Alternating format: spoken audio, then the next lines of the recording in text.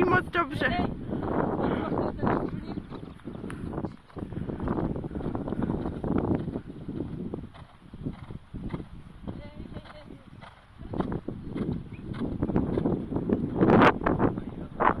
Do toho kohoutku a ona zase předtím utíká.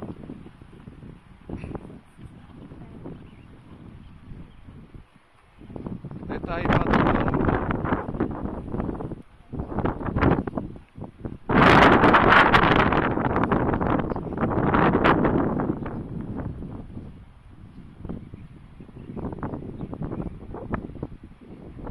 Takhle pěkně v klidu, voleň jenom přitlačí, netát patu nahoru, tlačit nohu dolů, koleno dolů.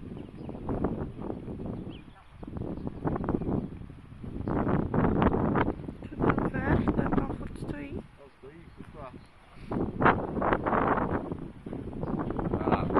Tak.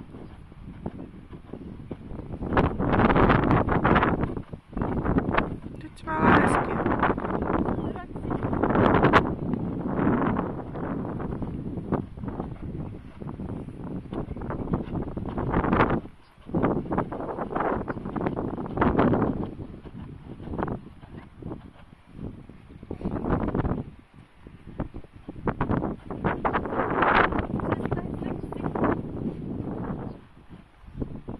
Jo, taky potom, když s ní budeš doma pracovat a tohle, tak spíš v tom začátku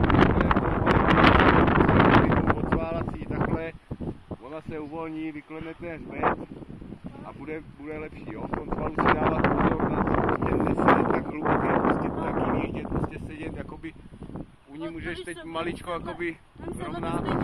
Já prostě to nevím, sedle neudělám, to jsem teď zkusila, protože mám úžasný sedlo, a sedle já to neudělám. A když náhodou si Protože to sedlo padá takhle dozadu a tebe to nutí prostě, jako ten zadek ti to dá dozadu a do předklonu. A stejně, a když se mi to náhodou povede se tam udržet, tak jí fakt tak jako No, to pak třeba, že se zakloníš a nohy vprdneš takhle, vprdneš dopředu.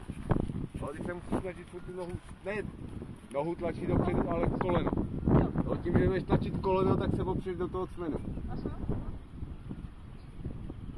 No, já pak když jezdím, já mám koleno prostě takhle před sedlem. No, je to jenom o tom koleně, prostě tlačit to koleno a to ti dělá ten hlubší set.